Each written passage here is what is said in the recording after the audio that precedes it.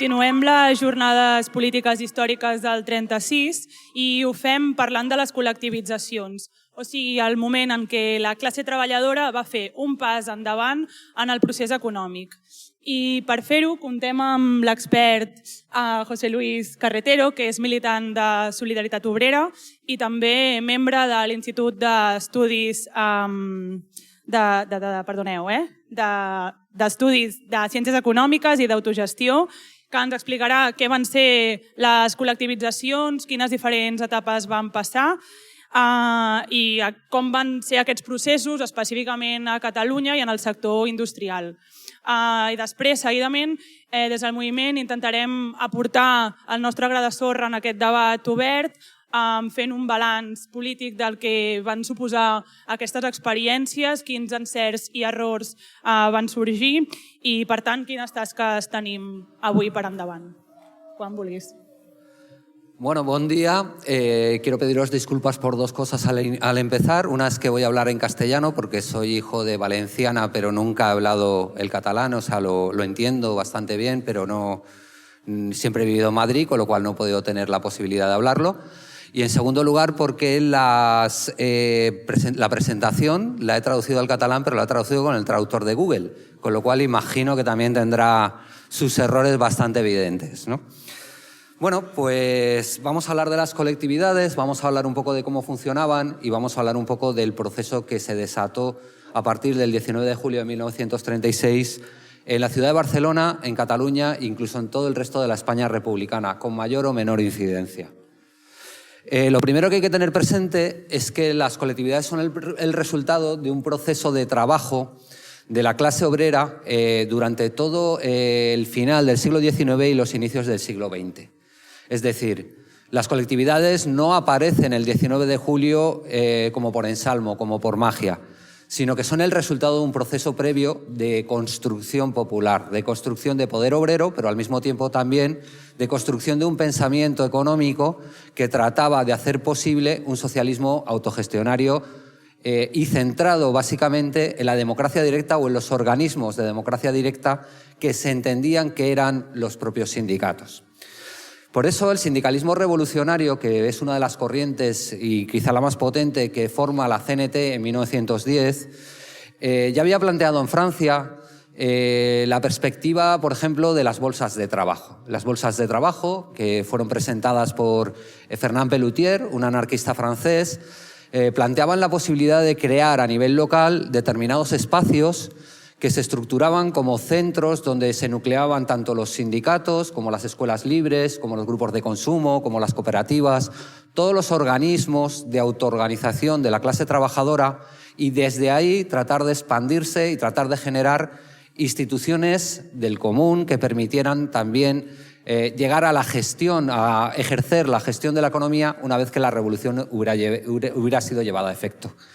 De hecho, hay una gran insistencia por parte del sindicalismo francés en ese momento, del sindicalismo revolucionario, en que la clase obrera y los organismos de la clase obrera y sobre todo los sindicatos y las bolsas del trabajo que se federaron para formar la CGT francesa, pues llevar a cabo la recopilación de todas las estadísticas de producción, llevar a cabo tener un conocimiento detallado de todos los mecanismos, de todas las cadenas de valor de la producción capitalista, que llevaran a cabo un conocimiento en detalle de cómo funcionaba la economía y cómo tenía que ser puesta a trabajar justo después de la revolución. De hecho, esto tiene mucho impacto en el anarcosindicalismo. Congreso tras congreso se va planteando esto y lo plantean incluso militantes destacados desde el punto de vista del estudio de la economía, como el valenciano Marín Civera. Plantean que tiene que hacerse eso, tiene que ir desarrollándose un conocimiento detallado de cómo funciona el aparato productivo y cómo sería, de hecho, la gestión de la economía después de la gran noche revolucionaria. Para 1931, la Confederación Nacional del Trabajo se plantea en su Congreso de Zaragoza, para 1936, en el Congreso de Zaragoza de la CNT, se plantea un debate muy agitado para determinar qué significaba el concepto que se suponía que explicaba o que indicaba cuál era la finalidad del sindicato, que era el concepto de comunismo libertario. En sus estatutos, la CNT había dicho una y otra vez que el objetivo final del sindicato era conseguir el comunismo libertario. Pero nadie sabía o no se había determinado específicamente por parte de la organización qué quería decir este concepto. Ahí se plantean básicamente dos grandes tendencias que se presentan en forma de ponencia en el Congreso. La tendencia que consigue vencer en el Congreso es la ponencia presentada por Isaac Puente, que es un médico vitoriano, que es una tendencia bastante clásica desde el punto de vista del anarquismo, que plantea el comunismo libertario como un mecanismo de federación de comunas autosuficientes, centrado sobre todo en la perspectiva rural y demás. Sin embargo, ahí también se presenta una tendencia, que es la representada por Diego Abad de Santillán y su obra que se fue publicando en entregas en Solidaridad Obrera, en el principal periódico de la CNT, y que luego se publicó en forma de libro, que era el organismo económico de la revolución. El organismo económico de la revolución tiene como elemento destacado el hecho de que no era una explicación abstracta de a qué nos podemos referir cuando hablamos del comunismo libertario. En el organismo económico de la revolución, Diego Abad de Santillán hace un análisis detallado de la economía española y de cómo se podría organizar desde la base de los principios de la autogestión de los trabajadores, generando comités de empresa o consejos de empresa en cada una de las fábricas y talleres, y los mecanismos federativos, generando grandes federaciones de industria y grandes consejos de ramo y también consejos territoriales. Es decir, que lo que plantea Abad de Santillán es un organismo para una sociedad compleja y además para una sociedad específicamente concreta, como podía ser en ese momento la sociedad española. Y una de las cosas que dice Abad de Santillán en el organismo económico de la revolución es precisamente esta que os he puesto aquí, que no se ve ahora. Vale.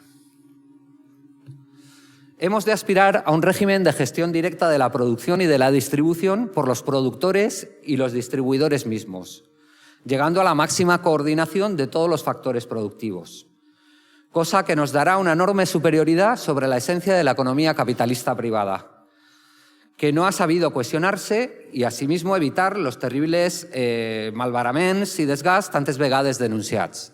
Es decir, lo que se plantea ahí es precisamente la posibilidad de generar un organismo económico que sustituyera a la economía burguesa en el marco de la revolución. Bueno, este era un discurso que estaba ahí, que formaba parte del acervo revolucionario de las organizaciones del sindicalismo revolucionario en todo el mundo, pero muy destacadamente de la CNT. Y entonces es cuando sucede en 1936, pocos meses después del Congreso de Zaragoza, pues se produce la situación del 19 de julio. El golpe de Estado y el hecho de que, organizados de una manera seria y preparados desde el punto de vista incluso militar, la clase trabajadora barcelonesa derrota el golpe de Estado, derrota a los militares en las calles de Barcelona. Y a partir de ahí, las noticias de que eso ha sucedido se expanden por el resto del país. Es en los días siguientes, por ejemplo, cuando se produce también el fracaso del golpe de Estado en Madrid. El asalto al cuartel de la Montaña en Madrid, que es la gran derrota de los militares en Madrid, no se hubiera producido si no se hubiera tenido conocimiento antes por parte de la clase trabajadora madrileña de lo que había sucedido en Barcelona. Y a partir de ahí hay una situación de vacío de poder. Es decir, hay una situación en que las instituciones burguesas han colapsado, la República no ha sido capaz de hacer frente a los militares, son las patrullas de control conformadas por las milicias de los sindicatos y de las organizaciones revolucionarias las que tienen el poder en las calles. Y son entonces cuando se desarrolla todo un proceso espontáneo, o por lo menos desde abajo, de colectivización. Los trabajadores y trabajadoras toman el control de las empresas. Los trabajadores y trabajadoras toman el control del orden público por la vía de las llamadas patrullas de control. Los trabajadores y trabajadoras toman el control también de la subsistencia de la propia clase trabajadora, creando comités de abastos en los comités de barriada que anteriormente había creado la CNT en las principales barriadas de Barcelona. Y ahí es donde se produce una situación de poder desde abajo, una situación en la que se multiplican estas colectividades. Luego hablaremos un poco cómo funcionan. Las colectividades están basadas en ese principio de la autogestión. Se conforman consejos de trabajadores y trabajadoras que son los que dirigen directamente las empresas. Muchas veces presentando o organizándose de tal manera que hubiera una representación equitativa de los organismos sindicales existentes. Es decir, las colectivizaciones no solo las hicieron la CNT, sino que también las hizo en gran medida en muchos sitios la propia UGT. Para octubre de 1936, cuando ya se ha producido el retorno a la vida de la Generalitat, pero todavía hay una hegemonía del sector revolucionario incluso sobre esa estructura rediviva de la Generalitat, se produce la aprobación del Decreto de Colectivizaciones y Control Obrero por parte de la Generalitat. Una Generalitat dirigida en ese momento por un militante cenetista que era el conseller de Economía. No la Generalitat, sino el conseller de Economía. En este decreto de colectivizaciones lo que se estructura es el reconocimiento de las colectividades ya existentes y la apertura a la posibilidad de creación de nuevas colectividades en determinados casos. Pero sobre todo se estructura también la posibilidad de generar federaciones de industria y agrupaciones de empresas entre las distintas colectividades. La idea era avanzar en ese proceso de socialización que había remarcado, por ejemplo, Abad de Santillán anteriormente. Es decir, pasar de la colectivización de empresas concretas, de tener empresas autogestionadas pero aisladas, a un proceso de socialización de la economía. Socialización de la economía implicaba que el sector autogestionario en determinados ramos industriales o en el conjunto de la economía pudiera llegar a tener la hegemonía sobre la vida económica y, por lo tanto, también sobre las decisiones fundamentales de política económica en la sociedad. Sin embargo, este proceso no va a terminar de producirse de una manera, no va a terminar de implementarse. Lo que va a ser un avance en los meses subsiguientes en esa dirección, que va a acabar abortando precisamente en mayo del 37, pero incluso antes ya va a estar bastante bloqueado por la reaparición o la reconstrucción de la institucionalidad burguesa en el marco de la Guerra Civil. Además, el proceso colectivizador se expande al resto del territorio de la República o en manos de la República durante la Guerra Civil. Hubo colectividades también en Madrid, hubo colectividades en Levante, hubo colectividades en Aragón y sobre todo en Aragón sí llega a ser hegemónico. En el Aragón agrario en ese momento sí llega a ser hegemónico ante el avance de las milicias anarcosindicalistas que se dirigían hacia Zaragoza, comandadas por Buenaventura Durruti. Ahí se produce un proceso colectivizador que va a llegar a alcanzar a cerca de 600 colectividades, de 600 localidades, donde se ponen en común las tierras de numerosos pueblos y se pone en común también, o se estructura también, dinámicas de avance en ese proceso de socialización. Ahora vamos a hablar un poquito de cómo funcionan estas colectividades, dentro de un poco. Pero ¿qué es lo que sucede o cómo se avanza en ese proceso de socialización? Hay una serie de experimentos que pueden ser realmente interesantes. En Aragón vemos precisamente el mayor avance en esa dirección, con la conformación de cerca de 25 federaciones comarcales y una gran federación regional de colectividades. La federación regional se constituye en Alcañiz y luego se localiza en Fraga el 15 de octubre del 36 y abarca, como os he dicho antes, cerca de 600 colectividades que representan otras tantas localidades.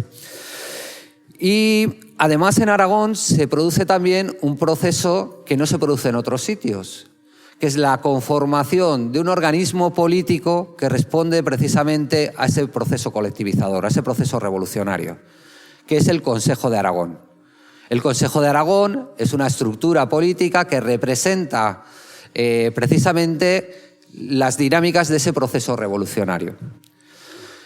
Aunque en el proceso de negociación con la República para que admitiera, o con el Gobierno de la República para que admitiera al Consejo de Aragón como el organismo representativo de la institución burguesa de la República en el territorio aragonés, la CNT acaba aceptando que el resto de fuerzas políticas y sindicales republicanas formen parte del Consejo, aunque en minoría. Hay otra serie de experiencias que también marcan ese proceso de avance desde la colectivización hacia la socialización, que además formaba parte de ese proyecto que se tenía desde finales del siglo XIX. Una es la Caja de Crédito Industrial y Comercial, que es una entidad podríamos definirla como una entidad bancaria. Es una entidad que se supone que tiene que dedicarse precisamente a la financiación del sector autogestionado de la economía. La CCCI se crea o se pretende crear en el marco del decreto de colectivizaciones y control obrero.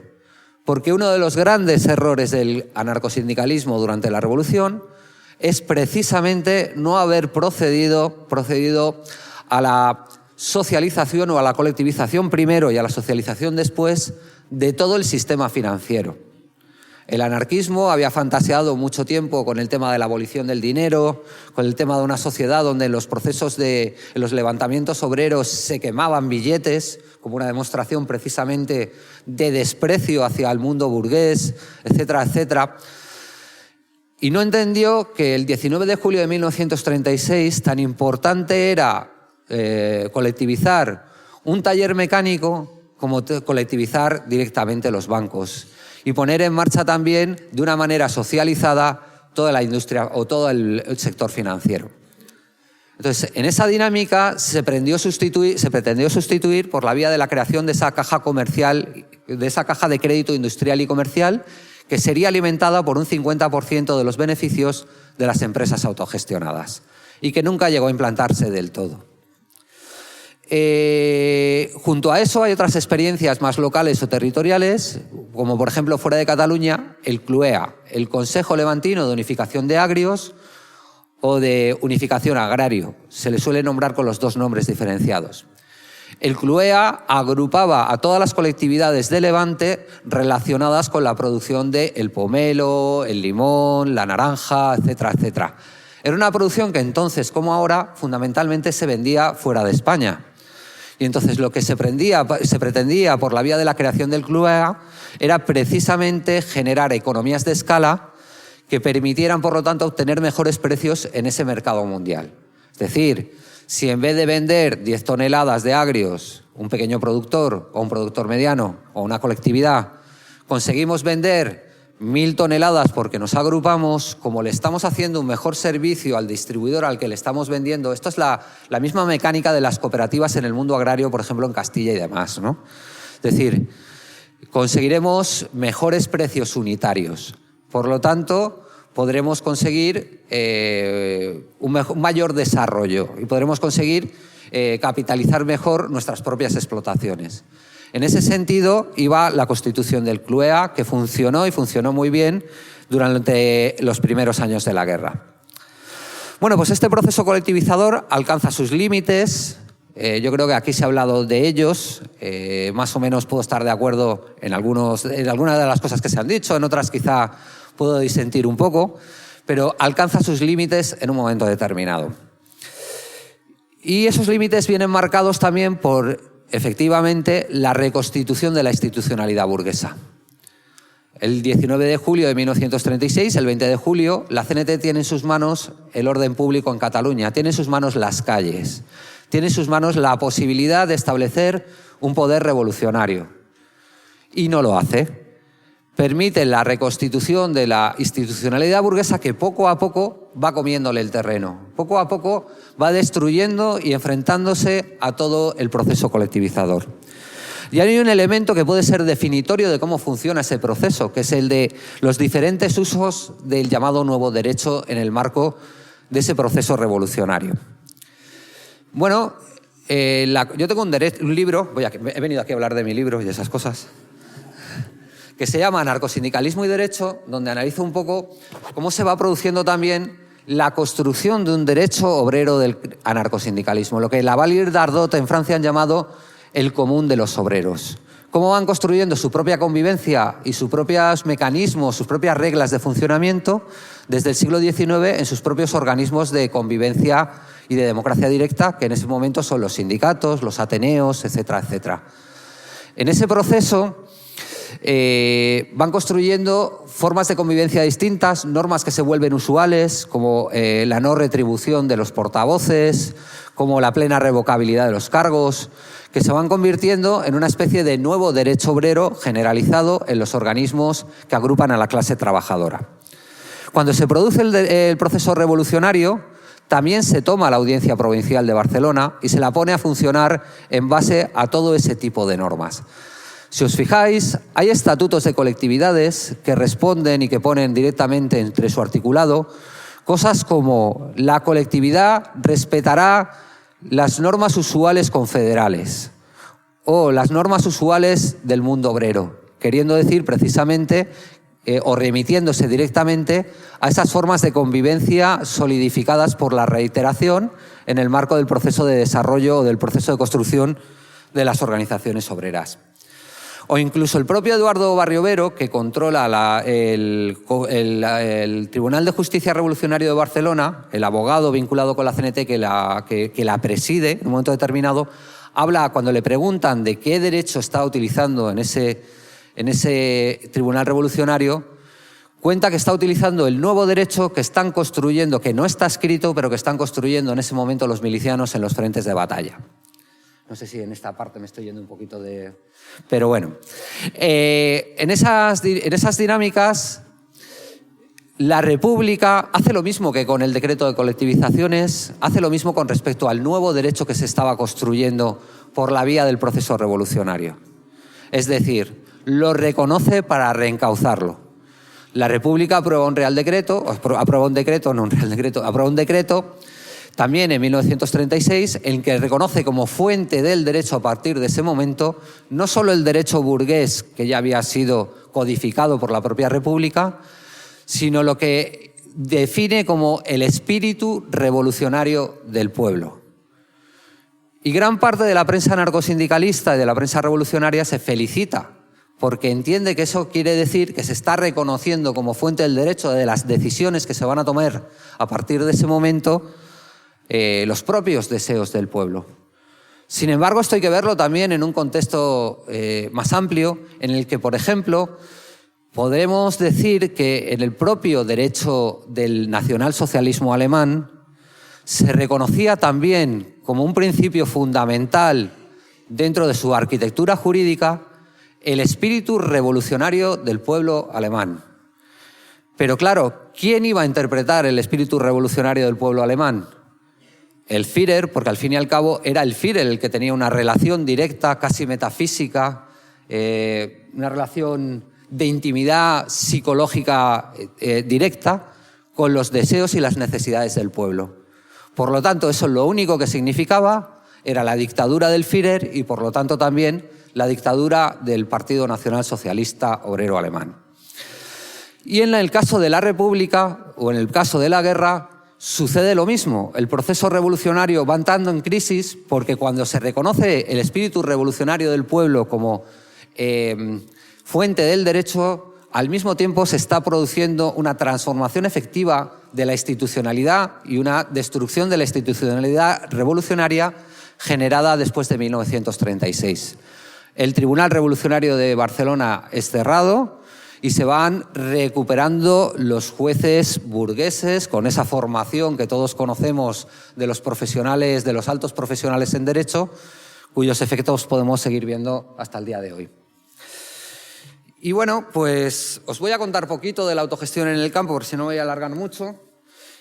Simplemente deciros que básicamente las colectividades en el campo, en Aragón sobre todo, pero también en Cataluña, se conformaban de esa manera, es decir, se ponían tierras en común por aquellas personas que querían formar parte de la colectividad y se realizaba, se decidía, se tomaban las decisiones por la vía de las asambleas consecuentes. Se reconocía, sin embargo, en la mayor parte de las localidades la posibilidad de existencia de campesinos individualistas, es decir, de campesinos que pudieran seguir teniendo la propiedad de sus tierras siempre y cuando no recurrieran al trabajo asalariado, es decir, no explotasen a nadie. Si tú con tu familia podíais seguir trabajando unas determinadas tierras, no estabas obligado a pertenecer a la colectividad. Sin embargo, al mismo tiempo, se ponían en marcha en esas localidades donde existían campesinos individualistas, se ponían en marcha también cooperativas, grandes cooperativas, que servían precisamente para dos finalidades. La primera de las finalidades era comercializar con el exterior del pueblo, acumular todo el producto y, por lo tanto, comerciar con el exterior y, por lo tanto, como os decía anteriormente, conseguir economías de escala y conseguir mejores precios por la producción agrícola del pueblo. Lo cual permitía alcanzar la segunda finalidad, que era precisamente generar incentivos para que los propios campesinos individualistas entraran en la cooperativa porque iban a obtener mejores precios y, por lo tanto, para generar también una hegemonía clara del sector autogestionado de la economía en la localidad sobre el conjunto de la vida económica del pueblo. Es decir, a partir de entonces la colectividad tenía una potencia tremenda sobre las decisiones que se tomaban porque era quien manejaba la mayor parte del producto, de la producción. No os voy a contar mucho más de las colectividades agrarias, pero vamos a pasar a las industriales, que se suponía que era de lo que más tenía que hablar. Lo primero que voy a contaros de las colectividades industriales es que había colectividades como tales, consejos de empresa, en los que se dirigían de forma autogestionada. Había también esas federaciones de industria que se crearon en determinados sectores, como por ejemplo en la madera y el metal, se llegaron a crear. Luego os diré también la limitación que eso implicó, os lo cuento ahora, respecto al desarrollo del proceso de socialización. Esas federaciones de industria tenían que haber sido formadas o tenían que estar dirigidas en principio por consejos generales de industria, que estaban formadas de manera tripartita, según el decreto de colectivizaciones. Es decir, en el Consejo de Industria tenía que estar la representación de la Generalitat, tenía que estar la representación de los sindicatos y tenía que estar la representación de los propios trabajadores elegidos por los consejos de empresa de las distintas colectividades que formaban parte de la Federación de Industria. Sin embargo, ¿qué es lo que sucede a lo largo del proceso? Que precisamente en esa dinámica de reconstrucción de la institucionalidad burguesa, lo que hace esa burguesía republicana es bloquear el proceso de constitución de los consejos generales de industria. Es decir, los representantes y las representantes de las propias fábricas nunca llegan a ser elegidos en toda la guerra. Solo se elige a los representantes de la Generalitat y a los representantes de los sindicatos, pero nunca se llega a implementar, de hecho, el proceso de elección de los representantes de los consejos de empresa, lo cual limita mucho también y genera toda una serie de contradicciones en ese proceso de socialización. Y luego hay que tener presente también que el proceso de socialización o que el proceso de colectivización no solo implicaba la existencia de colectividades, es decir, de empresas directamente autogestionadas, sino también de empresas bajo control obrero. ¿Y cuál era la diferencia entre una cosa y la otra? Pues que una empresa bajo control obrero era normalmente una empresa que está bajo la dirección de una empresa extranjera, como por ejemplo era el caso de la Telefónica, donde no se quería entrar en conflicto en una situación de guerra, por ejemplo con el gobierno de los Estados Unidos, y no se podía expropiar directamente la empresa. Por lo tanto, lo que se instituía no era tanto un consejo que dirigiese directamente la empresa, sino un consejo de control obrero conformado por los representantes de la plantilla, que lo que hacía era limitar determinadas decisiones que podía tomar la dirección, como por ejemplo la repatriación de beneficios, la realización de despidos, la decisión sobre las inversiones fundamentales que fueran a realizarse con los beneficios acumulados, etcétera, etcétera. Y nos podemos seguir un poquito y nos podemos ir a Barcelona y hablar un poco de algunos sectores que son colectivizados y que además se intentan racionalizar, que es otro elemento fundamental. Frente a esa dinámica caótica de la acumulación capitalista que está basada en la competencia entre los distintos actores, lo que intenta el proletariado cuando dirige las empresas es racionalizar la producción, hacer que funcione de una manera que se pueda llevar a cabo una planificación participativa. El paso de ese proceso de colectivización al paso a ese proceso de socialización, lo que quería decir en definitiva era que se podía llevar a cabo esa planificación participativa. Una planificación de abajo arriba que permitiese, por lo tanto, hacer que la producción se relacionase directamente con las necesidades de la clase trabajadora. Que la vida económica, por lo tanto, estuviese basada en solventar el valor de uso, en solventar las necesidades reales de la clase trabajadora y no tanto el valor de cambio que permite la acumulación en el marco del sistema o del modo de producción capitalista. Y aquí hay una serie de experiencias importantes como la del sector del transporte en Barcelona. El sector del transporte, el servicio de tranvías, metro y autobuses se centraliza en una única empresa cuando se colectiviza. Se conforma una única empresa respecto al tranvía, metro y autobuses, que abarca a cerca de 7.000 trabajadores. La empresa queda dividida en 3, tranvías, metro y autobuses, a cargo de su correspondiente comité de empresa, pero todos esos comités de empresa tienen un comité de coordinación conjunto que les unifica. Y a cargo de los distintos comités se establecen también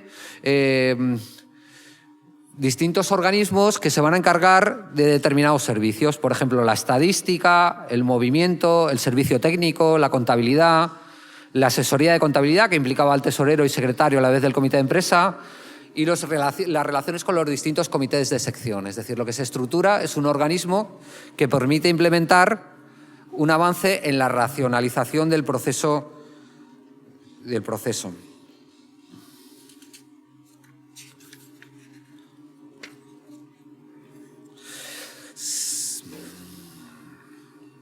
Vale.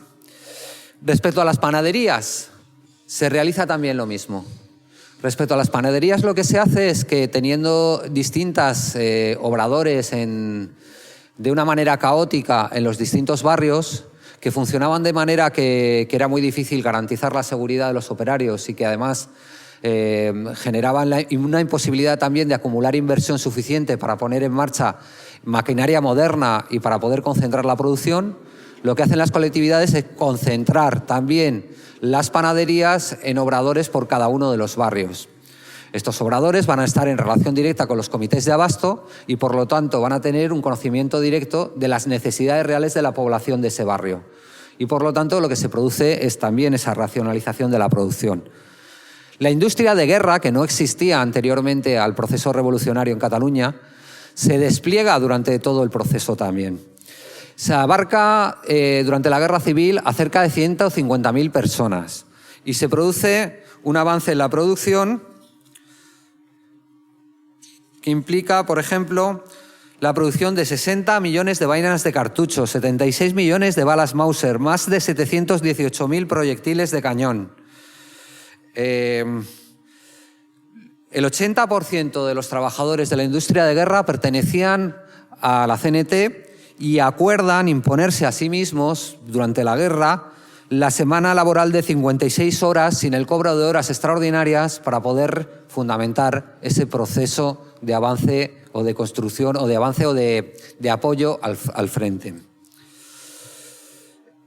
Se produce también la colectivización de los sectores del agua, el gas, la electricidad, los suministros y de empresas muy representativas en Barcelona, como por ejemplo la transatlántica y la transmediterránea, que son colectivizadas. La transatlántica en ese momento movía cerca de unas 100.000 toneladas y es colectivizada fundamentalmente, y esto es representativo también de que esto era obra del conjunto de la clase trabajadora y no solo de la CNT, es colectivizada fundamentalmente por la UGT, que es la que tenía la mayoría en la transatlántica.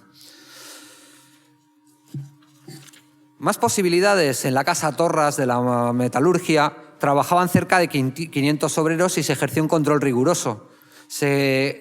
Y constituyeron comités de secciones para el control de la producción, entradas y salidas de materiales y de productos manufacturados. Bueno, podríamos hablar de numerosos ejemplos porque se abarcó en toda la España republicana cerca de 2,5 millones de personas y en la ciudad de Barcelona cerca del 75% de la producción. Y aquí tenéis un resumen un poco de ese proceso de colectivización en el marco del proceso revolucionario en la España republicana, que es el que nos da el historiador andaluz José Luis Gutiérrez Molina cuando nos cuenta lo siguiente. Afectadas por la crisis y su obsolescencia, la industria y los servicios catalanes, la colectivización introdujo en medio de las dificultades una cierta racionalización y reestructuración. Se concentró la producción en las unidades mejor dotadas y especializadas. Se elaboraron estadísticas para conocer los medios con los que se contaba. Se modernizó el equipo productivo. Se centralizaron los servicios administrativos y comerciales. Se planificó la producción y se eliminaron intermediarios. Entre los cambios más espectaculares estuvo el de los cambios de los tipos de productos que se fabricaban. Unos por las necesidades bélicas, todos hemos visto esas fotos de las tanquetas producidas en la industria de guerra que llevaban en los anagramas de la CNT y todas estas cosas. Y otros por las nuevas prioridades sociales contempladas, además de la sustitución de materias primas y productos importados con el fin de ahorrar divisas, aumentar los puestos de trabajo y evitar depender del extranjero. Comenzaron a fabricar productos como ópticos y aceros que antes importaban. El fenómeno colectivizador catalán no fue solo una cuestión económica. Como en el mundo agrario, también transformó las condiciones laborales y sociales de los trabajadores. Mejoraron las condiciones de trabajo y la higiene y salubridad de las instalaciones. Se redujeron las diferencias salariales. Se implantó, en algunos casos, el salario familiar y se crearon servicios de asistencia sanitaria y previsión controlados por las organizaciones sindicales. Y esto nos lleva al siguiente punto, que voy a desarrollar rápidamente por aquello de que no nos muramos todos aquí con un acceso de calor y demás, que es el de las mejoras sociales que el proceso colectivizador, que el proceso revolucionario implementó en todo el territorio de la Cataluña y también del Aragón durante la República. Primero, mejoras sociales como en la mayor parte de las colectividades, podemos hacer referencia a numerosos estatutos de colectividades agrarias aragonesas, la implantación de la jubilación a los 60 años. Repito, a los 60 años. La implantación de la imposibilidad, la prohibición del trabajo infantil por debajo de los 15 años, que era algo absolutamente común en ese momento, y la obligación de que los menores de 15 años recibieran o estuvieran en la escuela. La generación de dispensarios médicos y de un servicio médico generalizado en el marco de colectividades o localidades o zonas agrarias donde nunca había habido nada, donde la mayoría de la población era analfabeta, donde no existía ningún tipo de servicio médico, donde no existía tampoco ningún tipo de servicio educativo, etcétera, etcétera, etcétera. Una ofensiva directa a gran escala a favor de la educación de la clase trabajadora, porque era uno de los elementos que se consideraba fundamentales. El sindicalismo revolucionario ya había planteado desde el principio, y el anarcosindicalismo había seguido planteando durante toda su historia, que si la clase trabajadora tenía que acceder al control de la producción, de la vida económica, tenía por tanto que formarse. La formación era un elemento nuclear, esencial, de todo el proyecto de la clase trabajadora. Por eso los locales sindicales solían incorporar, y esto es algo que forma parte incluso cuando en 1918, en el Congreso de 1919, en el Congreso de Sants de la Regional Catalana, de la CNT, donde se acuerda pasar de los sindicatos de oficio al sindicato único, se plantea también o se propone también en las actas de ese Congreso un modelo de estatutos para esos sindicatos únicos que se van a formar. Y dentro de ese modelo de estatutos, uno de los primeros artículos decía que el sindicato se obliga a sí mismo a crear una escuela libre para los hijos y hijas de los trabajadores. Y dentro de ese avance respecto a la educación, os podría poner algún ejemplo que está en este libro que he redactado con Luis Buendía, que se llama La experiencia autogestionaria durante la Guerra Civil. En el pueblo de Alcalanda, muy cercano a Alcoriza, la colectivización aumentó el número de maestros de la escuela de 8 a 18. Y mediante la rehabilitación de un antiguo convento construyó nuevas aulas, constituyendo el grupo escolar Ferrer y Guardia, con unos 1.200 alumnos. En Alcoriza, en la provincia de Teruel, el abogado cenetista Jaime de Segovia puso en marcha el Instituto de Educación Secundaria Francisco Ferrer, dotado de campos, granjas y talleres. En localidades como Binéfar, Tamarite, Albalate de Cinca y Fraga se pusieron en marcha centros culturales. En Monzón, Barbastro, Albalate de Cinca, Tamarite, Albeida, Fraga, Peñalba, Caspe, Alcañiz, Alcoriza, Valderrobles, Mas de las Matas y otros lugares se constituyeron cuadros escénicos dedicados al teatro popular. En Monzón no solo se puso en marcha la Escuela de Madres impulsada por la organización Mujeres Libres, sino también una escuela de militantes patrocinada por la Federación Regional de Colectividades. Es decir, pero esto no solo venía acompañado O sea, esto no solo se producía en el marco de las colectividades agrarias, sino también la colectividad industrial, la colectivización industrial y la generación de organismos de socialización o de avance hacia la socialización, como las federaciones de industria, implicaba el avance en la creación de organismos educativos o de formación vinculados con la clase trabajadora. Por ejemplo, el Departamento de Capacitación Profesional de la Industria Colectivizada de la Madera de Barcelona, la Escuela Técnica de Óptica de la Industria Cristalera de Barcelona, la Escuela Profesional de la Industria Ferroviaria de Cataluña, la Escuela de Capacitación de la Colectividad de Autotransporte de Alcañiz, o una que yo conozco un poquito más, que es la Escuela Politécnica Confederal de Madrid. La Escuela Politécnica Confederal de Madrid se podía formar parte de ella, podría recibir formación en ella todos los mayores de 12 años que supieran leer y escribir y tuvieran el carné de la CNT o de la UGT. Daba formación en materias relacionadas con conocimientos administrativos, contabilidad, mecanografía, todas estas cosas, y también daba formación en temas relacionados con idiomas. Se daban clases de inglés, de francés, de ruso, etcétera, etcétera. Y hay un elemento también curioso que me permite conectar con el siguiente punto, que es que entre todo ello, por ejemplo, en la Escuela Politécnica Confederal de Madrid fue el primer lugar en Madrid donde se formó a mujeres como conductoras de automóvil, lo cual permitió a algunas de ellas luego sobrevivir durante la represión franquista conduciendo taxis, aunque no pudieran tener la licencia. Es decir, aunque no podían tener la licencia durante el franquismo, habían aprendido a conducir en la Escuela Politécnica y, por lo tanto, podían hacer las jornadas laborales en el taxi durante más o menos clandestinamente. Todo esto relacionado también con un avance en las relaciones de género. Es decir, la organización Mujeres Libres se expande paralelamente a todo el proceso colectivizador. Los núcleos de Mujeres Libres se expanden por todo Aragón y se expanden por toda Cataluña, aunque la organización se había creado poco antes de la guerra, al calor de todo el proceso revolucionario.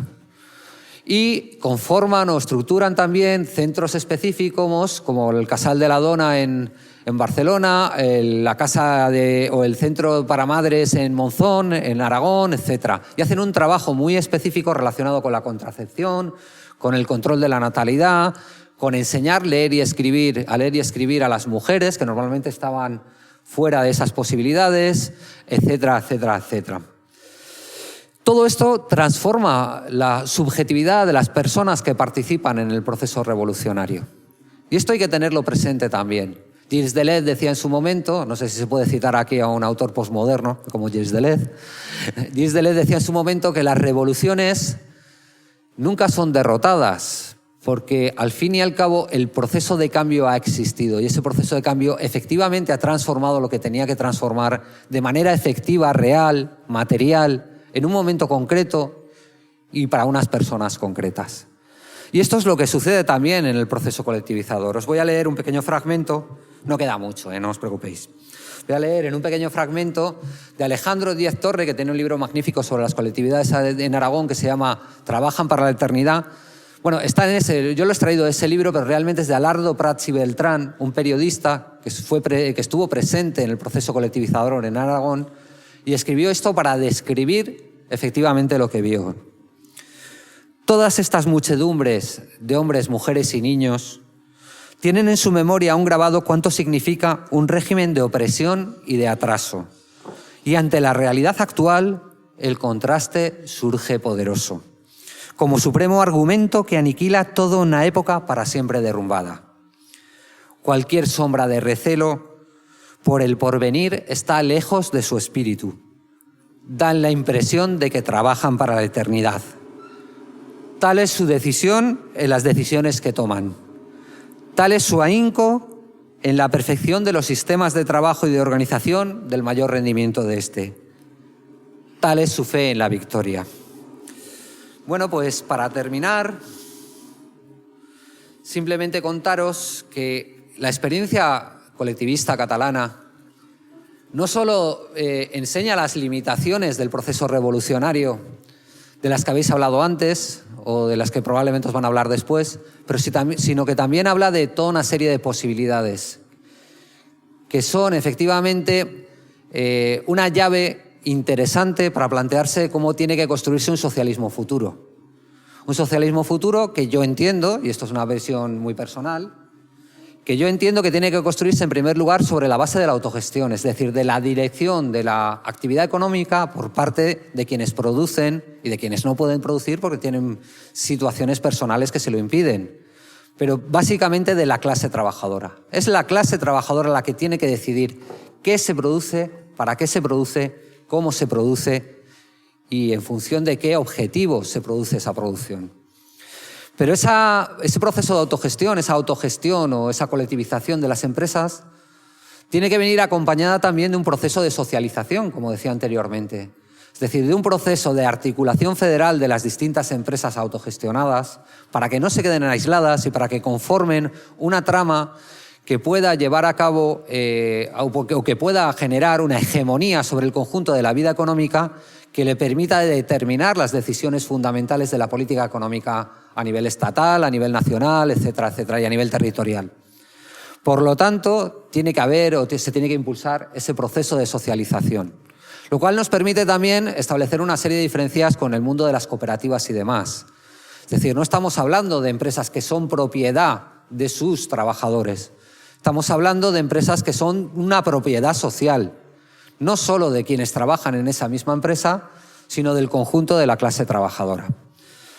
Y eso nos permite poner en marcha dinámicas de planificación participativa, dinámicas de planificación de abajo arriba que nos permitan casar o que nos permitan trabajar estableciendo mecanismos de racionalización desde las necesidades de la clase trabajadora en relación con los recursos que se tiene. No tiene que ser un proceso ciego de acumulación vinculado con las necesidades de acumulación del capital el que tiene que decidir lo que se produce y hacia dónde se dirige la inversión.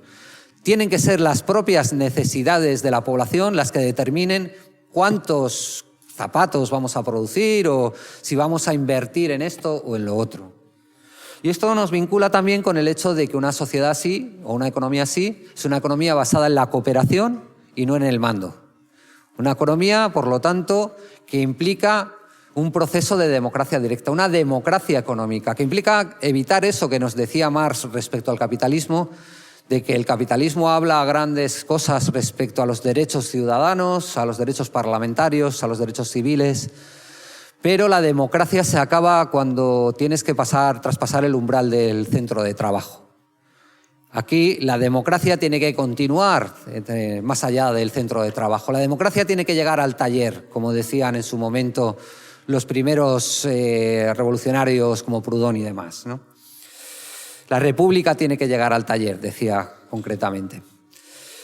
Y eso nos permitirá, si tenemos la posibilidad de determinar democráticamente qué es lo que hay que producir y cómo lo vamos a producir y qué tipo de inversiones vamos a priorizar frente a otras, nos va a permitir tener también o alcanzar también la soberanía económica y alimentaria, construir una economía de lo cercano. ¿Por qué? Porque al fin y al cabo, bueno, pues vamos a ser nosotros y nosotras quienes decidamos qué necesitamos. Por lo tanto, y esto está comprobado también, por ejemplo, en el mundo de las empresas recuperadas argentinas, no sé si conocéis lo que son empresas que son cerradas por los empresarios porque, pues yo qué sé, el capital que tienen en ellas en un momento determinado les puede venir mejor dedicarlo a... ¿Me lo has pasado ya o no? ¿El qué? Esto. Vale. Les puede venir mejor dedicarlo a meterlo en Airbnb o meterlo en fondos de inversión y cosas semejantes y por lo tanto cierran empresas que sin embargo son viables en el sentido de que pueden dar de comer a familias y que pueden tener una producción que es rentable, aunque no sea tan rentable como meterlo en un gran fondo de inversión. Pues ahí se ha visto, por ejemplo, en algunas de estas empresas, como las decisiones se toman.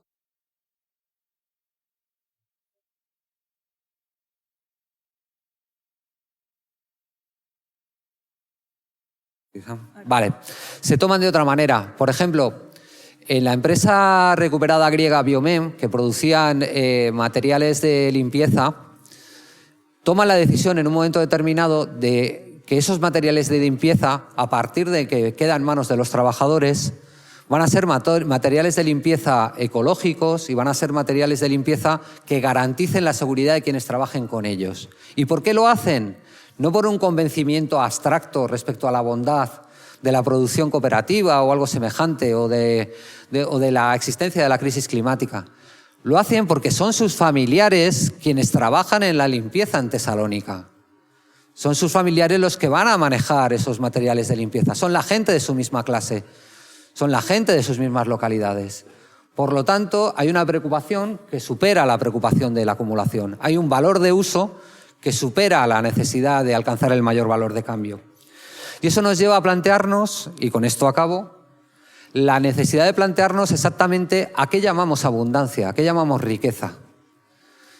Si estamos hablando de un sistema, el socialismo se definía por el movimiento sindical, por el movimiento obrero a finales del siglo XIX, principios del siglo XX, como una sociedad de la abundancia. Pero cuando hablaban de una sociedad de la abundancia no estaban hablando simplemente de aumentar la producción de acero o aumentar la producción de zapatos. Estaban hablando de una sociedad en la que la vida fuera más rica, en la que la vida fuera más vivible.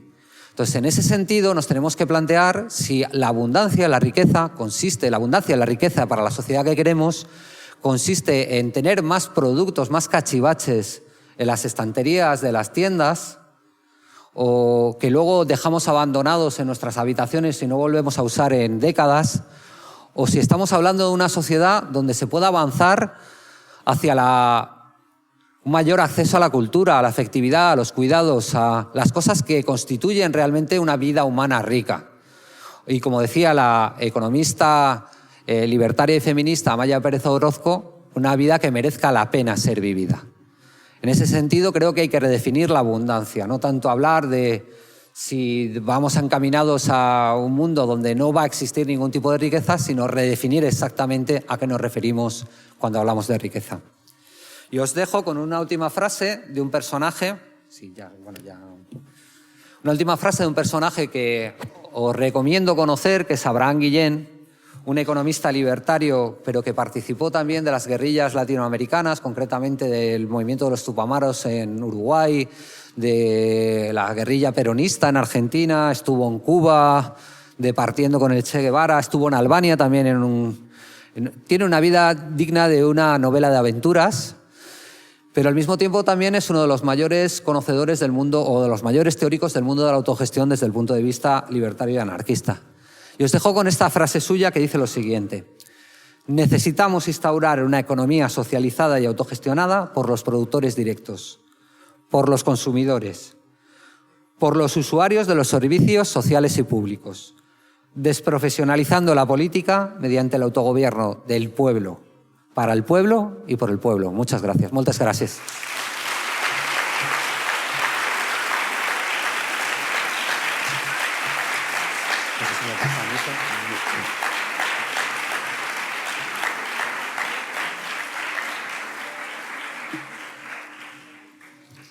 Bé, com acaba d'explicar el company, el procés de col·lectivitzacions es va desenvolupar al llarg de tota la Guerra Civil. Després intentaré recapitular i no fer-ho molt llarg, però per recapitular les diferents etapes. Després del juliol, amb la derrota del cop d'estat, la classe treballadora va prendre un protagonisme sense precedents en la direcció del poder econòmic, mitjançant tant la incautació com la col·lectivització de diferents fàbriques, terres, serveis, indústries i etc. A partir de l'octubre, amb el decret de col·lectivitzacions, s'intenta donar un marc legal a totes aquestes experiències i ja a partir del 37 veiem un cert retrocés en les conquestes assolides i finalment al 39, amb la derrota del bàndol republicà, es produeix una restitució de les propietats expropiades a la burgesia. Nosaltres ens centrarem en estudiar i en fer-vos el traspàs del període que creiem que la classe treballadora va assolir un màxim grau de protagonisme, perquè és en aquest moment en el que podem veure millor quins van ser els encerts i quins van ser els errors del procés de col·lectivitzacions i, per tant, saber amb més claredat les potencialitats i les limitacions de la construcció econòmica del socialisme. En aquest sentit, les col·lectivitzacions del 36 no poden ser ni mitificades ni tampoc reduïdes a una simple economia de guerra. Com ja ha explicat el company, n'hem d'estudiar tant les contradiccions com també els aprenentatges perquè ens permeten reflexionar sobre les possibilitats reals d'organitzar la classe treballadora i, a més, abordar una qüestió de fons que és què implica la construcció econòmica del socialisme i quines condicions nosaltres hem d'aportar perquè sigui possible consolidar-les. Aleshores, creiem que cal abordar aquest tema perquè el moviment obrer necessita referents històrics propis i propers per entendre quines possibilitats tenim d'exercir aquest control sobre la producció, la distribució i el consum. Per tant, no estudiem aquestes experiències com una mera autogestió, sinó com una expressió concreta del proletariat en disputar el poder en l'àmbit material. I en segon lloc, perquè ens serveix per treure'n aprenentatges útils també per l'actualitat i comprendre quines lliçons són fonamentals perquè aquests avenços es puguin donar en el dia d'avui. Les col·lectivitzacions, a més, ens mostren que la classe treballadora va ser capaç d'impulsar formes avançades de gestió i organització de la producció i que això ho van fer especialment de la mà de grans organitzacions obreres com van ser la CNT però també la UGT. I a més, tot això es va donar en un context extremadament advers de guerra i de crisi d'estat i tot i això podem percebre una gran capacitat organitzativa i de solidaritat i transformació econòmica. Malgrat això, aquestes experiències i aquestes conquestes van anar acompanyades de limitacions estructurals evidents, com per exemple la fragmentació territorial i sectorial de certes col·lectivitzacions o la manca d'una planificació econòmica general que pogués abordar què es necessitava en cada moment concret o també les contradiccions evidents estratègiques que hi havia dintre del propi moviment obrer. A més, els organismes creats per la Generalitat, com va ser el Consell d'Economia de Catalunya, també va ser d'abast limitat i va arribar i no va poder superar aquestes deficiències estructurals. I a més, en última instància, va permetre redirigir els elements de l'economia col·lectivitzada a poc cap a l'aparell estatal republicà i, per tant, frenar l'expropiació del guany privat i retrocedir en la capacitat d'autogestió de la classe obrera. Per tant, des d'aquesta perspectiva, no podem estudiar aquestes col·lectivitzacions ni des d'un model idealitzat, però tampoc subestimar el seu abast, perquè és una experiència que ens mostra com simultàniament el potencial de la classe treballadora i les condicions de possibilitat. El seu estudi crític ens permet a més veure que l'autogestió per si sola i en circumstàncies d'aïllament o de dispersió no resol les necessitats de coordinació global ni tampoc les contradiccions polítiques d'un procés revolucionari. Des d'aquí, nosaltres n'analitzem les tres principals limitacions. La primera, la relació que s'estableix entre la qüestió política i la qüestió econòmica. La segona, que serien els problemes organitzatius i les herències del capitalisme. I la tercera, la qüestió de la banca i del capital financer. En primer lloc, la manca de teoria i estratègia sobre la qüestió del poder i la transició al socialisme l'analitzem des d'una manca de resolució satisfactòria del poder polític, com també es venia explicant a l'anterior ponència, i la relacionem amb la seva vessant econòmica. Sovint s'ha analitzat que l'anarcosindicalisme no comptava d'un pla o d'una proposta teòrica per organitzar la nova societat. Clar, tanmateix, això és una afirmació que resulta simplificadora, perquè l'anarcosindicalisme sí que comptava amb un pla per fer l'alternatiu a l'Estat i al capitalisme. El que passa és que aquest pla situava el sindicalisme i el municipalisme en un terreny central per l'organització de la vida social, per la producció i per la distribució. Per tant, no és que hi hagués una absència de pla, sinó la incompletitud que presentaven alguns aspectes. Aquesta incompletitud es feia especialment evident en la qüestió del poder polític. Les seves propostes desenvolupaven mecanismes per a l'organització econòmica, però no resolien de forma prou clara com s'havia d'articular un poder per poder defensar-les i consolidar-les. Per tant, aquesta limitació no l'analitzem només des d'un punt de vista teòric, sinó que va tenir conseqüències pràctiques en la realitat. Recapitulant, després del 19 de juliol, les organitzacions obreres prenen una posició de força evident i extraordinària. Hi ha molts sectors, es col·lectivitzen fàbriques, tallers, indústries, serveis, transports, etc. I llavors això va iniciar processos de col·lectivització i de socialització. Llavors el que podem veure és que sí que hi havia un avenç en el terreny econòmic, però que no es produïa una presa equivalent en el terreny polític. En altres paraules, els obrers van poder prendre a les fàbriques però no van accedir a una presa de poder completa. I aquestes decisions van tenir implicacions decisives, perquè no es pot socialitzar plenament l'economia si no tens els instruments necessaris per fer-ho. D'altra banda, la burgesia i la petita burgesia, que estaven debilitades després del juliol del 36, van acceptar parcialment algunes d'aquestes noves realitats econòmiques. Però això no ho van fer perquè hi hagués una adhesió al projecte revolucionari, sinó que era una adaptació temporal mentre recomposàvem forces per tornar a posar al centre el marc republicà en el poder. Per tant, la renúncia a la presa del poder polític no va aprofundir en la destrucció dels fonaments de l'estat burgès, que havia entrat en una profunda crisi. En lloc d'això, de substituir les institucions existents per noves formes de govern de classe, es va establir progressivament un pacte polític entre diferents organitzacions obreres, especialment la CNT, i entre alguns sectors de la burgesia republicana. Aquest procés d'integració va permetre que recuperéssim força de forma gradual i, per tant, a mesura que avançava la guerra, es retrocedien les conquestes fetes per la revolució. Per tant, les experiències d'autogestió obrera van quedar a poc subordinades a les estructures estatals existents, reduint així la seva autonomia i la seva capacitat d'autoorganització. A més, la falta del control polític també va tenir altres conseqüències en l'àmbit econòmic. Instruments fonamentals com la nacionalització de la banca o el monopoli del comerç exterior difícilment podien ser implementats si no es controlava el poder polític.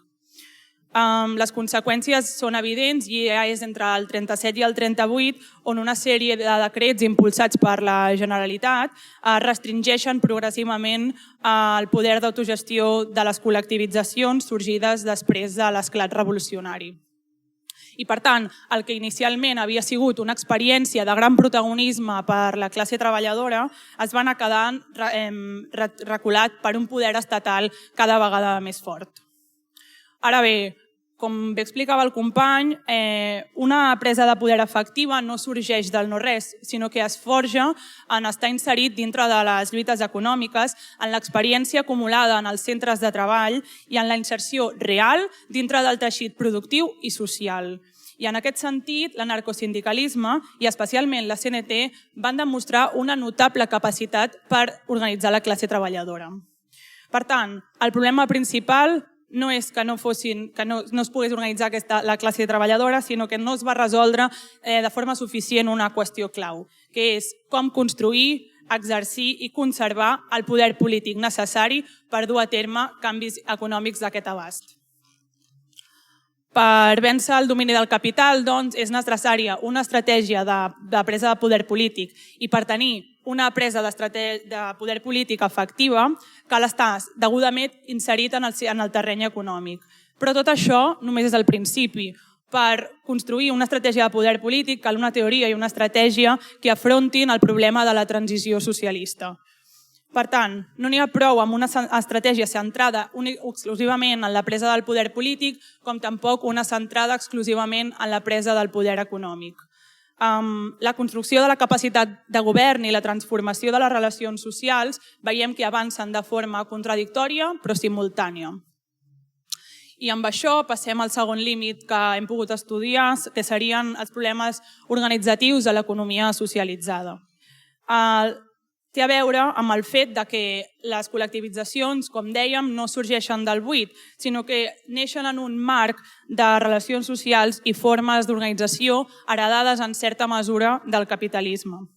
Aquest punt de partida va afavorir la persistència, en alguns casos, de dinàmiques de fragmentació i de competència entre diferents sectors productius, entre diferents branques o a vegades fins i tot entre empreses d'un mateix sector, que tendien en la pràctica a defensar de forma aïllada els seus interessos. Això va dificultar tant la superació de la competència en branques productives com la construcció d'una coordinació econòmica a escala general on l'autogestió i la democràcia obrera de cada centre de treball es fes compatible amb les necessitats polítiques i socials d'un proletariat revolucionari en guerra. A tot això se li afegeix aquest context, el context de guerra. La necessitat per garantir la producció per l'esforç bèl·lic va exercir una gran pressió sobre el sistema i va complicar encara més la compatibilitat de coordinació general, la millora de les condicions de vida i l'aprofundiment en les transformacions econòmiques que s'estaven duent a terme. I aquest escenari permet entendre algunes de les contradiccions i complicacions amb les que es va trobar l'economia col·lectivitzada. En la pràctica, moltes col·lectivitzacions van acabar funcionant com a empreses privades aïllades del conjunt del sistema econòmic i en no estar coordinades amb la resta de producció operaven de forma independent i, per tant, sense connexió entre elles. Això va generar diferències internes també entre treballadors de diferents sectors o entre treballadors d'un mateix sector. L'indústria tèxtil n'és un exemple, però un exemple més clar serien els treballadors de la indústria de guerra. Aquests treballadors sostenien una part fonamental de l'esforç bèl·lic. Treballaven sovint durant jornades interminables per garantir l'abastament i el subministrament del front. Tanmateix, aquesta enorme pressió anava acompanyada d'un greuge comparatiu respecte a altres sectors que potser havien reduït la seva activitat però havien procedit a una millora de les condicions salarials i a una millora de les condicions laborals. I aquesta desigualtat no es va corregir mitjançant uns mecanismes de redistribució i planificació general que prioritzessin les necessitats del conjunt de tota la classe. La dificultat per subordinar els interessos particulars de cada sector a les necessitats col·lectives en un context en què es defensava que la força per sostenir la guerra havia de proveir precisament de les conquestes de la revolució, el fet que uns treballadors d'un sector tan important com eren els treballadors de la indústria de guerra no percebessin aquesta solidaritat constituïa un problema tant econòmic com polític. Ara bé, cal ser cautelosos a l'hora d'estudiar tots aquests processos i no només es pot atribuir a una manca de profunditat per part de la CNT. És cert, alguns autors apunten que van emergir algunes tendències o preferències dintre de sectors, però això no es pot atribuir ni a la falta de principis llibertaris ni tampoc a un individualisme inherent en aquests. Més aviat, tot això ens remet a una qüestió de fons. Fins a quin punt el control obrer de cada fàbrica era suficient per generar una economia coordinada a gran escala?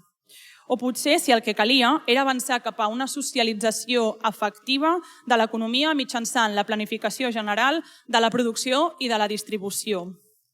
Per tant, convé analitzar aquests casos amb molta cautela i preguntar-nos fins a quin punt tot això es deu també a les circumstàncies excepcionals de la guerra o els límits heredats de l'economia burgesa, o si potser hi va influir l'absència d'un partit revolucionari de masses hegemònic entre la classe treballadora i capaç d'organitzar l'economia en la construcció d'una economia socialista. Amb això el que vull dir és que no podem entendre la construcció econòmica del socialisme simplement com el desplaçament del capitalista, sinó que el repte ha de ser avançar cap a la socialització de l'economia, o sigui, convertir els mitjans de producció en propietat social i integrar la producció, la distribució i la inversió dintre d'una planificació econòmica orientada a satisfer les necessitats col·lectives. O sigui, deixar enrere una economia organitzada per interessos particulars per una conscientment governada per la classe treballadora en funció de les necessitats del conjunt de la societat.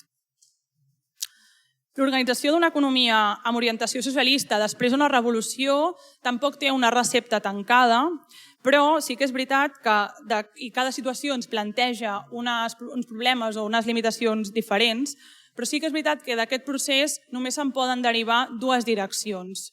O bé es retorna a la normalitat de les relacions capitalistes o bé s'avança cap a la construcció del socialisme. I malgrat que no existeixi un model preestablert, sí que hi ha algunes claus que són fonamentals si es vol avançar cap a la segona. En primer lloc, la propietat social dels mitjans de producció i de distribució han d'anar orientades a garantir una distribució universal igualitària de la riquesa social. El socialisme ha de partir del principi general que totes les forces productives són patrimoni de tota la societat.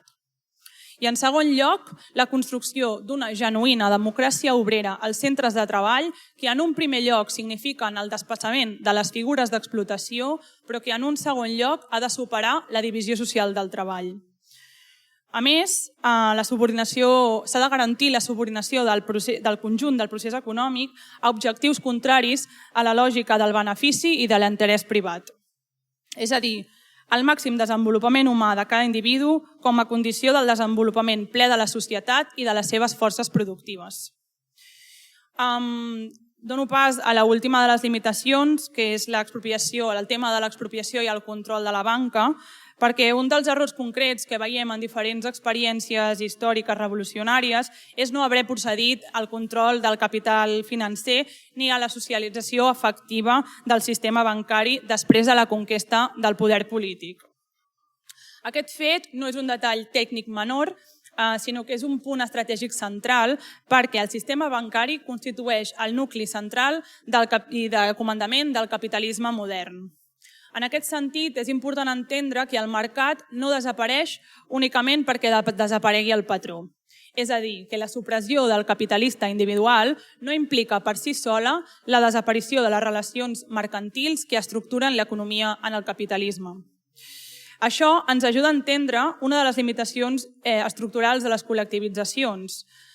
Tot i les col·lectivitzacions industrials i tota l'experiència acumulada en diferents sectors productius, no es va produir a la presa del sistema financer, sinó que va quedar en part fora de tot aquest procés revolucionari. Per tant, un dels nuclis fonamentals de l'economia capitalista va poder seguir operant amb relativa autonomia respecte als avenços de la revolució. I les indústries, com ja hem vist, no són uns sistemes independents que es puguin bastar per ells mateixos i tampoc no constitueixen en conjunt un sistema independent d'altres aspectes de l'economia. I aquí hem de parar atenció perquè això és així en el règim capitalista i amb més raó ha de ser-ho en el socialista, que es basa en una organització científica de l'economia orientada als interessos generals de tota la classe. En una situació mixta i contradictòria, com va ser l'àmbit econòmic, tant les col·lectivitzacions com la socialització es van trobar amb aquests obstacles fonamentals pel seu desenvolupament. Un dels exemples per poder-ho entendre és el tema del crèdit.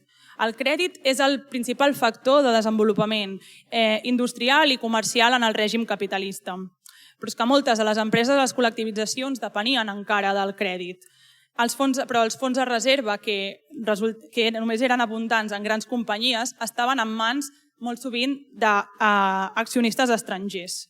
I què vol dir això? Doncs que les fàbriques sense finançament no podien funcionar.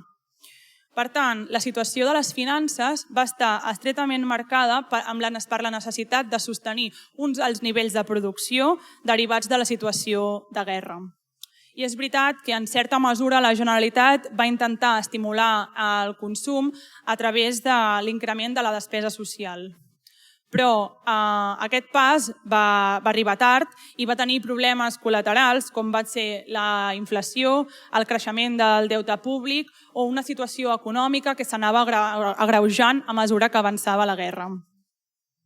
Per tant, tot i l'entramat d'institucions que va crear la Generalitat, com intervenir en sucursals d'Hisenda, el Banc d'Espanya o impulsar una caixa de crèdit industrial amb l'objectiu d'estimular la producció, van tenir finalment un impacte limitat. Aleshores, en no nacionalitzar la banca ni controlar el conjunt del capital financer, es va perdre la capacitat d'exercir un control més racional sobre la producció, mantenint la propietat privada en aquest sector i els perills que això podia suposar per la revolució. En resum, les col·lectivitzacions del 36 ens mostren tant les potencialitats de la classe treballadora com els obstacles que es va haver d'enfrontar. I és precisament en la combinació de tots aquests elements que es deriven les conclusions que exposarem. En primer lloc, que les experiències històriques de la classe treballadora, tant els seus errors com els seus encerts, ens permeten concebre la revolució socialista com un procés llarg i complex. És a dir, la revolució política, la presa del poder polític per part de la classe treballadora, requereix de grans energies històriques, d'anàlisi de cada situació concreta i d'audàcia per aconseguir, amb tot en contra, disputar-li el poder a la classe dominant. La revolució política obre les portes a un llarg procés de transformació i reforma que suposarà, d'una banda, la destrucció de l'aparell burocràtic i militar de la burgesia i, per altra banda, la construcció d'una base econòmica socialista que garanteixi que la riquesa social és un verdader patrimoni per tota la humanitat i no l'apropiació d'una minoria. Però que, a més, la burgesia, un cop estigui desplaçada del poder, sabotejarà amb totes les seves forces a la classe treballadora i l'edificació de la nova societat. I com ja hem vist, els vicis i les lògiques de l'interès privat, així com els efectes de l'opressió, no desapareixeran d'un dia per l'altre, sinó que presentaran el risc de tornar-se a fer dominants. Per tant, hauran de ser combatudes amb destresa i amb visió de llarg termini. Aquest llarg procés històric és complex i és el que podem anomenar revolució socialista completa. En segon lloc, si volem pensar seriosament la construcció econòmica del socialisme, hem d'estudiar críticament les experiències que ens precedeixen, com les col·lectivitzacions del 36, no per copiar-les, sinó per aprendre dels seus errors i dels seus encerts. Des del nostre punt de vista, les col·lectivitzacions del 36 s'han d'inserir dintre d'una línia de continuïtat històrica de totes aquelles experiències en què la classe treballadora ha aconseguit posar-se al davant del procés econòmic intentant construir una base econòmica no capitalista. Una mostra de la transcendència de les col·lectivitzacions és que va influir en experiències posteriors. Diversos testimonis ens indiquen que el model d'autogestió iugoslau es va inspirar en part en l'experiència observada pels brigadistes internacionals en la Barcelona revolucionària. Per això és important estudiar experiències com la soviètica, la xinesa, la iugoslava, la cubana, la veneçolana o també les col·lectivitzacions del 36. I no, repeteixo, per trobar-hi receptes, sinó per entendre com van intentar superar aquestes relacions econòmiques capitalistes, amb quins límits es van trobar i quins aprenentatges ens deixen. Precisament per això, la teoria de la construcció econòmica al socialisme ha d'orientar l'acció política davant dels reptes estratègics que se'ns puguin presentar. I per últim, i no menys important, la construcció econòmica del socialisme no és quelcom a què puguem postergar a l'endemà, sinó que neixen tasques que hem de desenvolupar des de l'actualitat. Per tant, el repte actual és poder completar tota aquesta teoria i definir les grans tasques que se'ns presenten per davant. I per fer-ho podríem dividir aquestes tres grans tasques en tres moments diferents. D'una banda, les tasques prèvies, d'altra banda, les tasques a assolir en el moment immediat després de la presa del poder i, per últim, les tasques a llarg termini. Pel que fa a les tasques prèvies, o sigui, les que ens toca desenvolupar des de ja, cal puntualitzar que no només són teòriques, sinó que també són pràctiques. Els comunistes ens hem d'assegurar que les lluites econòmiques de la classe treballadora no es restringeixen només a la millora de les condicions de vida, sinó que les hem d'entendre també com un procés d'aprenentatge i d'autogovern de la classe treballadora. Això què significa? Doncs anar més enllà de la disputa pel salari i poder acumular experiència i capacitat estratègica del control, la producció, la distribució, alhora que genera un poder tècnic propi. Pel que fa a les tasques immediatament després de la presa del poder, cada procés revolucionari ha tingut els seus problemes candents i no hi ha una recepta tancada. però sí que cal tenir clar que la classe treballadora ha anat acumulant aprenentatges històrics molt valuosos que ens indiquen alguns dels passos immediats. En primer lloc, l'expropiació del capital bancari i financer. En segon lloc, l'expropiació, la centralització i la coordinació, com a mínim, dels sectors estratègics i de la infraestructura tècnica amb l'objectiu d'assegurar una producció, una distribució i un consum que augmentin la qualitat de vida de la classe treballadora. I, per últim, l'equilibri d'aquesta centralització que es necessita a escala general amb l'expansió d'una veritable democràcia obrera tant als centres de treball com també als territoris, i que asseguri la participació i la responsabilització de la majoria de la classe treballadora respecte a l'autogovern en el procés econòmic. I per últim, podríem incloure les tasques a llarg termini en la construcció econòmica del socialisme, tot i que potser són les més difícils a definir amb una resposta tancada. Del que es tracta és de trobar respostes des d'una economia socialista als grans problemes civilitzatoris pels que el capitalisme no pot solucionar. Un exemple seria com afrontar la destrucció dels ecosistemes de manera coherent alhora que augmenti la millora de les condicions de vida del conjunt de la societat, o com afectarà el paper i l'evolució de les finances i de l'alta tecnificació que ha desenvolupat la burgesia, com per exemple la intel·ligència artificial dintre de la revolució, o com afrontem la divisió internacional del treball que divideix el proletariat. Aquestes són només algunes de les preguntes i de moment potser no hi ha una resposta tancada, però sí unes tasques a desenvolupar des de l'actualitat, i esperem que aquesta aportació contribueixi modestament al debat sobre la construcció econòmica del socialisme, veient que només una classe treballadora organitzada, capaç d'aprendre de les experiències del passat i d'afrontar els reptes del present, podrà fer del socialisme una proposta de civilització de més progrés històric que el capitalisme. Moltes gràcies.